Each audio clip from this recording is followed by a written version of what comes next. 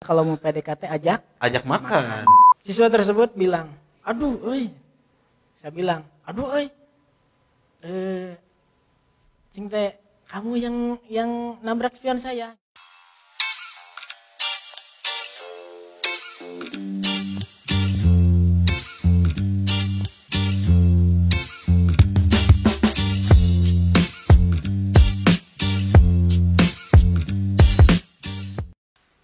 Assalamualaikum warahmatullahi wabarakatuh. Assalamualaikum warahmatullahi wabarakatuh. Ya, kembali lagi di podcast ini, tentunya di episode keempat. Kali ini di episode keempat atau ketiga ya, saya lupa lagi nih. Ketiga rasanya. Episode ketiga bersama salah satu narasumber baru yang sebenarnya sudah tidak asing lagi, tentunya untuk siswa-siswi di SMA Negeri 17 Bandung. Dan di depan saya sudah ada Pak Febri Teguh Priyotno.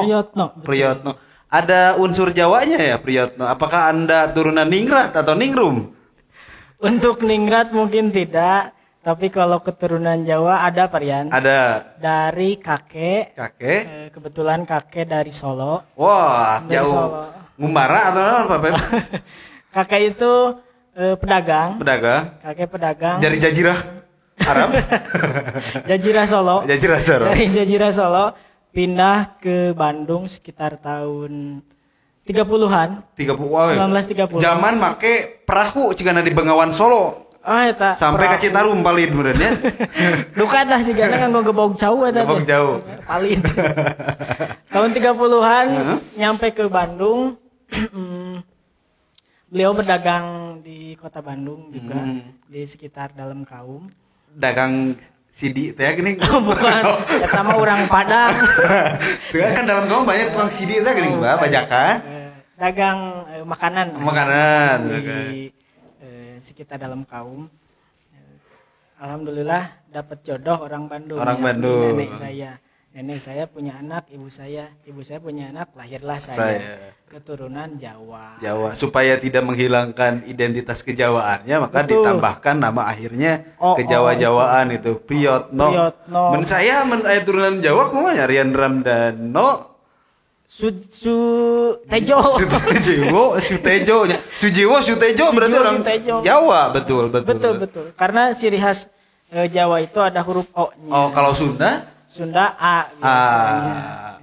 Iman. Tong dibahas langkung panjangnya. Oke, Pak Feb, alhamdulillah sehat, Pak Feb. Alhamdulillah Parian sehat. Sehat alhamdulillah. Anak sudah berapa? Anak alhamdulillah baru 2. Rencana ada nambah? Istri? Kan pertanyaannya anak. Ini istri saya nanti nonton. Rencana bakal nambah istri? Anak pasti nambah insya Allah. Kalau istri satu saja. Berarti belum mengamalkan Quran dengan baik ya? Istri saya nonton Pak ya. Di belakang mah jika nggak jawab nak empatnya. Beja. Kayak alhamdulillah anak 2. Anak pertama perempuan. Berusia 1 tahun 3 bulan. Masih bayi banget ya. Adiknya lebih bayi. Pasti. Adiknya usia 3 bulan kurang. 3 bulan. Alhamdulillah. Sehat tapi anak-anak. Alhamdulillah sehat dua-duanya. Tapi dalam masa pandemi COVID-19 ini Pak Pep, kira-kira yang paling terasa berat ketika mengurus anak apa sih Pak Pep? Yang pertama tentu dari kebutuhan pokoknya ya Pak Rian gitu. Beberapa pekan awal dari COVID itu susu formula sempat hilang di beberapa minimarket dan supermarket. Duka abina teu milarian ketang. Tadi ganti ku cap nikmat ya nih, saya cap nikmat warna biru. Cap enak. Atau disebut biarlah nggak apa, suka jadi endorse. Cap nikmatnya leres. Susu nikmat. Cap nikmat enggak lah, itu bukan untuk bayi Parian. Itu buat bapaknya. Yang pertama itu makanan atau istilahnya makan untuk bayi. Yang kedua tentu saja dengan adanya COVID-19 ini banyak berinteraksi dengan anak, saya dengan istri, untuk keluarga. Yang pertama alhamdulillah bisa lebih mengeratkan lagi dengan keluarga. Namun yang terasa adalah cukup lelahnya dalam mengasuh Parian. Kayak karaosnya, karaos. Tabu sabara, kedah gugah. Udah gugah, betul. Bapak mengenai 17 tentunya. Bapak tuh ngajar udah berapa tahun sih Pak di 17? Untuk mengajar nanti Agustus 3 tahun Parian. Iya, saya masuk Agustus 2018. Tepatnya tanggal 8 bulan 8 2018. Wah, Masya Allah. Itu. Serba 8 ya? Serba 8 itu, serba 8. Tapi belum ada Shopee waktu itu ya. Belum ada Shopee. Shopee ditunggu ya. Ini udah disebutin juga tuh sama Pak Febri Shopee. Belum ada Shopee itu. Alhamdulillah waktu itu untuk anak-anak lebih tahu, saya waktu itu ke SMA 17 Bandung atas informasi dari Parian. Ya. Waktu itu. Alhamdulillah Parian hatur nuhun pisan. Alhamdulillah. Waktu itu Parian ngasih tahu lewat WA. Bapak katanya di SMA Negeri 17 Bandung ada lowongan guru bahasa Indonesia karena salah satu gurunya pensiun Pada waktu itu Bu Haja Lilis. Bu Haja Lilis. Ya, saya mencoba masukkan lamaran Parian. Alhamdulillah hari keempat atau kelima saya dipanggil. Saya ditelepon oleh Bu Erlin. Bukan oleh Pak Asep. Saya datang ke 17 ketemu dengan Pak Asep. Pak Asep langsung? Ternyata Pak Asep ada kegiatan waktu itu. Waktu itu ketemu sama Bu Sarah, ngobrol sebentar. Dan akhirnya tidak berjalan lama ngobrolnya karena Bu Sarah pun tidak bisa memutuskan. Ya, besoknya lagi saya ketemu Pak Asep. Ya. Alhamdulillah. Langsung di Pirticing pada itu? Alhamdulillah, ya langsung tidak persiapan, tanpa media pembelajaran, tanpa persiapan intinya Pariannya. Iya betul. Mangga Bapak diantos ku 11 MIPA hiji waktu itu oleh 2 guru, oleh Pak Asep dan oleh Maiis. Dicandaklah ke kelas, Mangga ngawulang kelas 11 MIPA hiji. Saya tanpa persiapan, mau tidak mau memaksakan untuk mengajar. Pasti. Waktu itu materinya saya masih ingat karya tulis ilmiah. Itulah dia Pak Asep itu banyak kejutannya. Kejutan. Banyak kejutan. Nah, Anda datang dipanggil tiba-tiba tidak ada persiapan langsung peer teaching ngajar. Ya melihat kesiapan kita lah sebagai guru dalam kondisi apapun kiranya bisa untuk ngajar. Harus siap. Dalam situasi apapun. Termasuk dalam situasi COVID sekalipun ini. Ya. Betul. Nah, berarti hampir mau 3 tahun mengajar di 17. Alhamdulillah hampir 3 tahun. Anda menikah pun setelah masuk SMA 17 ya. Luar biasa sekali. Alhamdulillah menikah waktu itu bulan November 2018 ya. Jadi bagi Anda yang belum pernah ketemu Pak Febri kelas 10 bahwa Pak Febri sudah nikah, awas jangan baper-baper atau caper-caper nanti istrinya marah-marah. Tenang, istri saya ada di TU. Jadi sebelum Anda melangkah, istri Pak Febri sudah melangkah duluan. Sudah diblok. Oke, Pak Feb, selama 3 tahun ini pengalaman apa sih yang terasa sangat emosional mungkin untuk Pak Febri ketika mengajar di 17? Mungkin bukan mengajar saja, tapi secara keseluruhan di SMA Negeri 17 Bandung yang saya rasakan adalah kekeluargaannya yang sangat erat. Erat sekali. Saya ngajar, mohon maaf, pernah di 4 sekolah. Bukan 4 sekolah, sudah 4 sekolah mengajar. Dan alhamdulillah yang paling terasa kekeluargaannya adalah di SMA Negeri 17 Bandung. Selain dari memang banyak teman-teman yang seumuran, yang kedua adalah ada sesi makan bersama. Itu internal ruang guru ya. Iya, karena memang ya itu dia dari Bapak Kepala juga bahwa kebiasaan ini jangan hilang karena untuk asalnya untuk merajut kasih kebersamaan kita gitu. Kemudian hal-hal yang seperti itu mungkin sepele. Makannya mah tidak mewah, kadang asin, tumis dan sebagainya, tapi karena ketika momen kebersamaannya selalu dijaga gitu ya, terasa nikmat aja gitu. Memang salah satu cara mendekatkan hati itu dengan makan. Betul. Makanya kalau mau PDKT ajak makan. Kalau misalkan Parian mau perbaikan nilai boleh sambil ajak makan atau bawa makanan. Kalau ajak makan jangan ya. Ajak makan jangan. Bawa makanan aja. Enggak bercanda. Kita tidak tidak kain lah nepotisme dengan enggak. sebuah nasi box Enggak. kemudian memberikan nilai. Bukan itu. Bukan itu tujuannya. Kalau pizza mah boleh lah.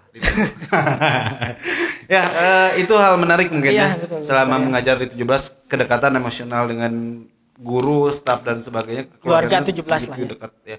Kemudian Pak Pep, kenapa sih sebelum pada saat ini Anda memilih jadi guru? Yang saya tahu dulu dari ya pertemanan di masa kecil kita. Pertemanan di masa kecil. Jadi saya sudah berkenalan dengan Pak Pep itu di waktu SMP. Jadi 2006 kita satu SMP kebetulan, dan beliau termasuk orang yang wah baik lah. Baik, kalau ngobrol sama beliau itu selalu canggung karena menggunakan bahasa Sunda yang lemes teh. Sementara obrolan anak-anak pada saat itu punten ya maaf yang bahasanya yang kasar-kasar gitu nya. Dan canggung, Pak Febri itu selalu bawa sepeda. Wah, goes dari usia muda Sampai sekarang, Pak. sampai sekarang. Ya, alhamdulillah tuh. Alhamdulillah. Pak Feb, itu dia kenapa mengambil guru sebagai profesi yang mungkin Pak Febri akan ambil pada saat itu, atau jurusan pendidikan yang Pak Febri lanjutkan setelah jenjang SMA. Berkisah dulu mungkin ya. Iya, boleh. Berkisah dulu. Beda dari guru bahasa Indonesia mana? Ada cerita. Dulu zaman SMA ada salah seorang guru, ada dua orang guru, mohon maaf, dua orang guru yang memang menginspirasi saya untuk lebih mendalami perihal keguruan. Profesi keguruan ini. Profesi keguruan. Yang pertama adalah guru olahraga, namanya Pak Gun-Gun. Pak Gun-Gun sekarang kalau tidak salah di Damkar, ya gitu di Pemadam Damkar. kebakaran. Ya di Damkar. Yang kedua adalah Ibu Arini, guru geografi. Guru geografi. Oh, Bu Arini guru geografi. Iya, guru geografi. Arini Woro namanya. Arini Woro. Arini Woro. Pak Gun-Gun ini orangnya baik sekali dalam mengajar, ulet, tekun, sabar. Sabar. Yang kedua kalau Bu Arini jelas dalam menerangkan materi, banyak contoh. Contohnya real. Betul. Dari sana saya berpikir kenapa tidak jadi guru? Yang notabene sebenarnya saya Parian punten jarang berbicara di depan umum. Saya tuh Parian tahu sendiri jarang komunikasi banyak. Kalau ngumpul pun diam-diam Ngumpul pun saya banyak diam. Tetapi dari sana saya belajar saya harus bisa berkomunikasi di depan umum. Depan umum. Saya terinspirasi dari dua guru ini. Alhamdulillah kelas 12 setelah lulus saya mendaftar sebenarnya ke UPI dulu. Ke UPI jurusan bahasa Indonesia langsung. Tidak, jurusan antara dua inspirasi ini.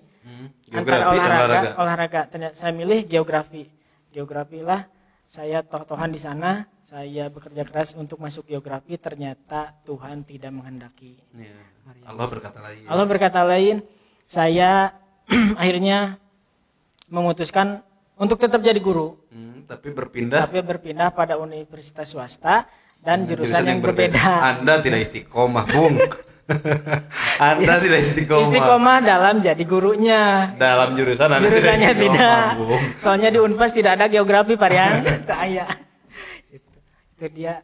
Sebenarnya terinspirasi sih. Makanya kalau ada guru-guru, jadilah guru yang menginspirasi. Bisa jadi nanti akan dituruti oleh peserta didik kita. Karena memang pada dasarnya ketika sosok guru itu menjadi sosok inspirasi juga untuk anak-anaknya, baik dalam perihal kebiasaan ataupun dari cara mereka mengajar, justru itu juga jadi bahan inspirasi untuk siswa. Saya pengen jadi dia nih, saya pengen jadi seperti beliau gitu. Karena itu pun terasa oleh saya sendiri gitu ketika memutuskan untuk jadi guru, karena memang awalnya terinspirasi dari sosok-sosok guru yang buat saya catching lah buat untuk pada zaman itu gitu ya, dengan banyaknya guru senior dan yang dengan berbagai karakter yang belum ada HAM dan sebagainya. Tapi ketika jadi guru, ini pilihan yang tepat. Itu dia. Walaupun pada awalnya mungkin kita tidak pernah terpikirkan bakal jadi guru. Ya, gitu. Saya dengan Parian itu dari dulu mungkin tidak pernah terpikirkan jadi guru ya. Kita main bareng, kita nakal bareng, kita buka bareng, buka puasa bareng, sahur pun bareng di rumah salah satu teman kita. Tidak ada satupun tersirat jadi guru. Jadi guru pada saat itu. Ya itu dia. Kadang ada beberapa momentum yang pada akhirnya menginspirasi kita untuk menjadi guru. Ya. Kemudian Pak Pep, hal menarik apa sih ketika Pak Pep mengalami momentum-momentum baik itu yang emosional baik senang atau sedih ketika proses menjadi guru itu. Enggak ada tantangan ketika mungkin dari SMP ke SMA, kemudian dari SMA ke kuliah yang apa saya pengennya sekali itu ya, tapi memang tidak, Allah berkata lain gitu. Pada saat itu secara emosionalnya seperti apa sih Pak? Saya batasi dulu mungkin ya, emosional sebagai guru saja mungkin di sini. Emosional sebagai guru yang pertama adalah ada rasa kebanggaan tersendiri jadi guru. Yang pertama itu karena notabene background keluarga saya Parian pedagang. Bukan dari tidak ada keguruan. satupun yang berprofesi sebagai guru. Jadi itu apa ya? Jadi pembelot Anda. Iya, pembelot. Orang lain atau kakak-kakak atau orang tua berdagang, saya jadi guru, tapi ada sebuah kebanggaan tersendiri. Ya, saya betul. jadi guru, saya bisa punya effort tersendiri untuk membanggakan keluarga, menaikkan derajat keluarga. Itu dia.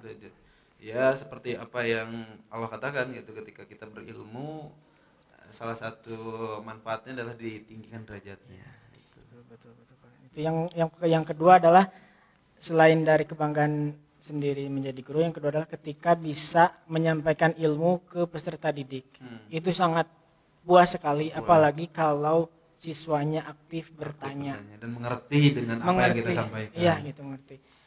Kita ada rasa gitu. Oh, barudak teh ngarti ya.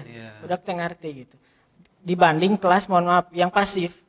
Kita ceramah 30 menit malah main HP atau malah tidur, itu tidak sebenarnya secara emosional kita sedih juga sebagai guru. Sedih sebagai guru itu. Karena yang kita rasakan mungkin kita pernah ngalamin jadi siswa, minimal ketika kita jadi guru, siswanya lebih baik dibanding kita gitu. Ya, jadi betul. dalam artian ke depan mereka menjadi generasi yang lebih baik daripada kita. Lebih baik dari kita. Makanya ketika ada guru yang maaf, galak dalam ketika ulangan, karena mereka sebenarnya guru-guru tersebut bahkan ketika sekolahnya pun seperti itu, nyontek dan sebagainya. Tapi mereka punya landasan ketika mereka jadi guru, generasi kita setelah kita harus lebih baik lah itu. Makanya ya ada alasannya lah seperti itu. Terasa banget lah jadi guru mah. Dalam artian banyak sisi di mana secara emosional kita terkuras, baik sedih, senang, tapi kebanyakannya senang. Senang lah gitu. Ketika tadi Pak Febri bicara bahwa ketika proses transfer ilmu itu ada kesenangan yang tidak bisa diungkapkan ya. Betul. Tidak bisa diungkapkan.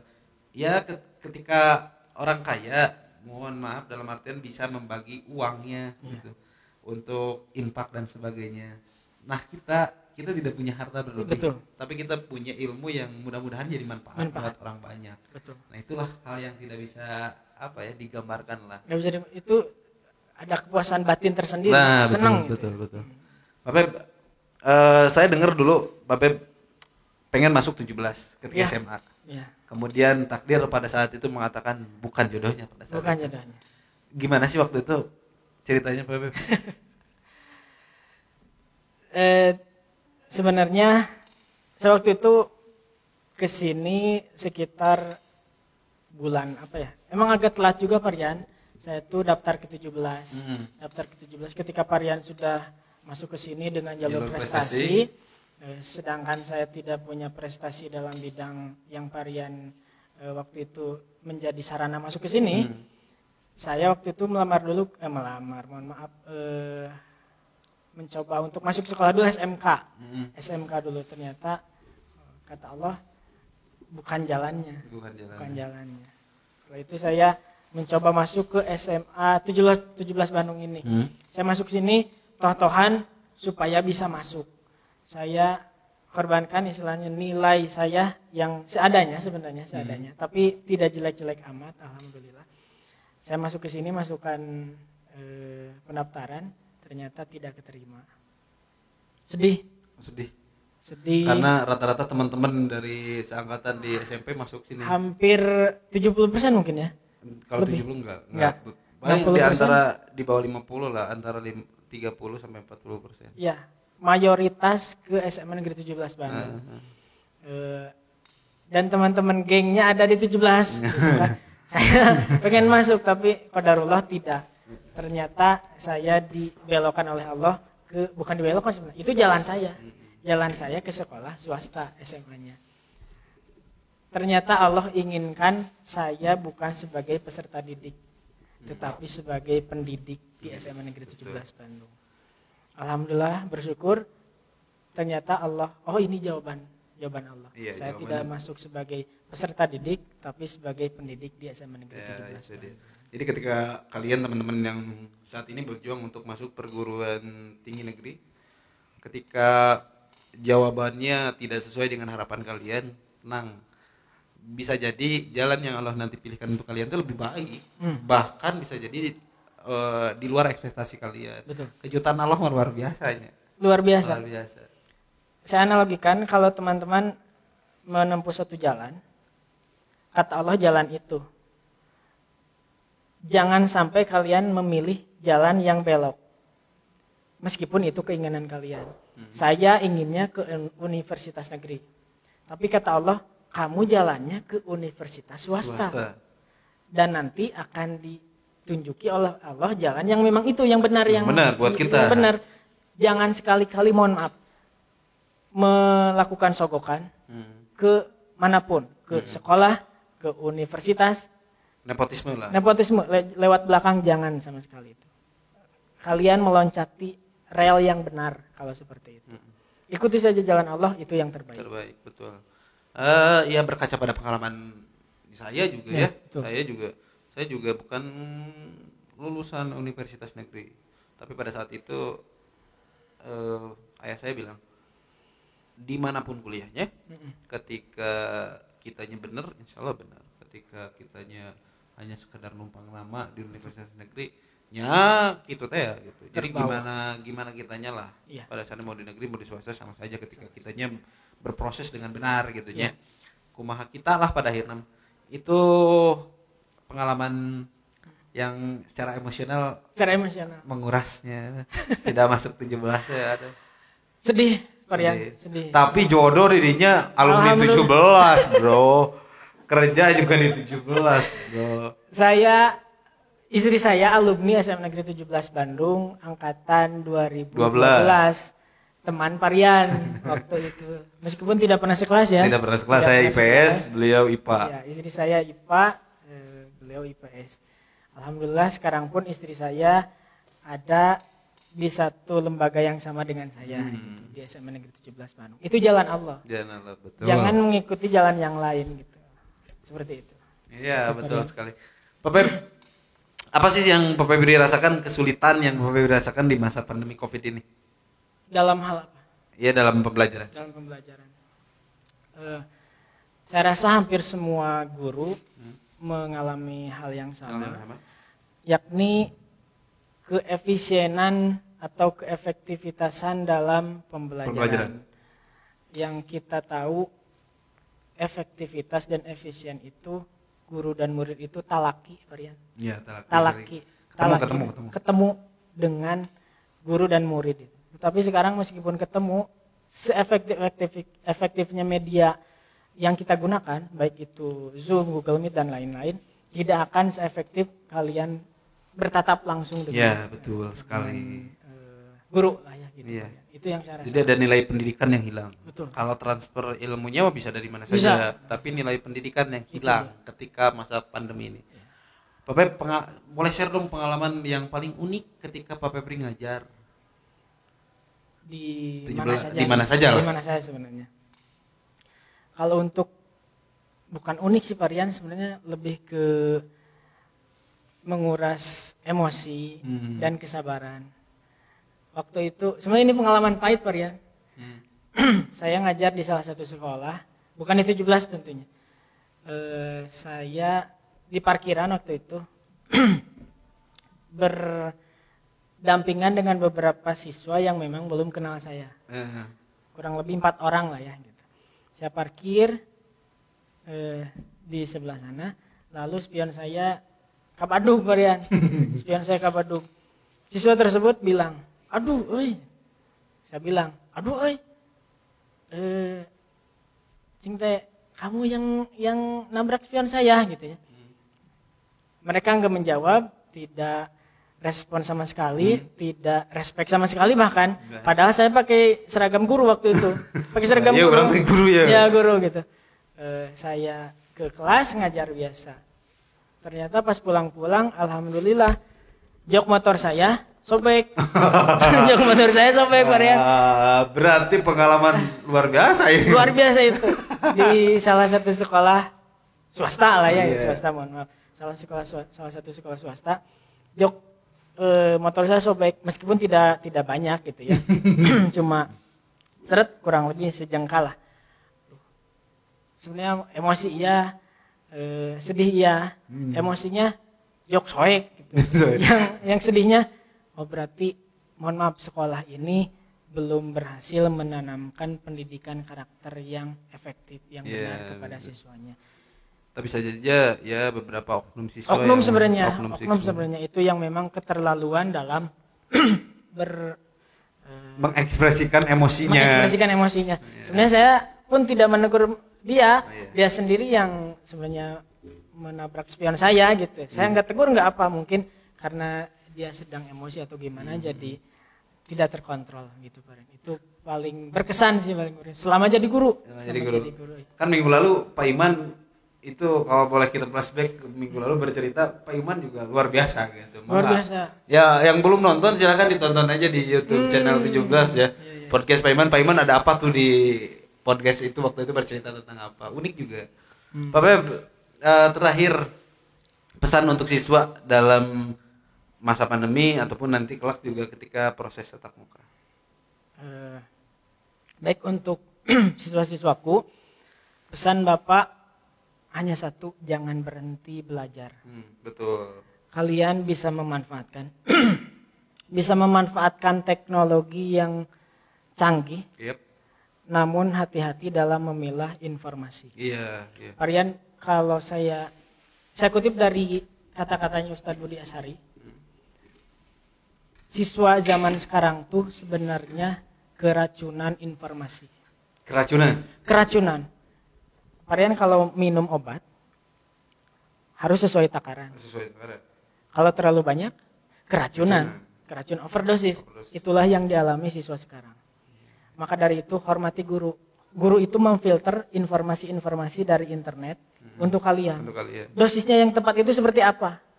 Kalau kalian belajar di YouTube, bukan tidak boleh. Belajar di YouTube, belajar dimanapun kadang tidak terkontrol. Iya, betul. Namun ketika dikontrol oleh guru, itu akan sesuai dosis yang kalian butuhkan. Jangan berhenti belajar, ya, tapi harus tahu dosisnya seperti apa. Ya, tentunya ya harapan kita apa ya? Kayak bahwa ilmu itu bukan segalanya sebenarnya, tapi adab lah yang segalanya. Adab. Jadi sebelum belajar ilmu, belajar dulu adab, teman-teman, ya. Itu aja mungkin pesan dari Bapak Pri. Ada tambahan lain? Udah, jangan berhenti belajar. Ya, jangan berhenti belajar.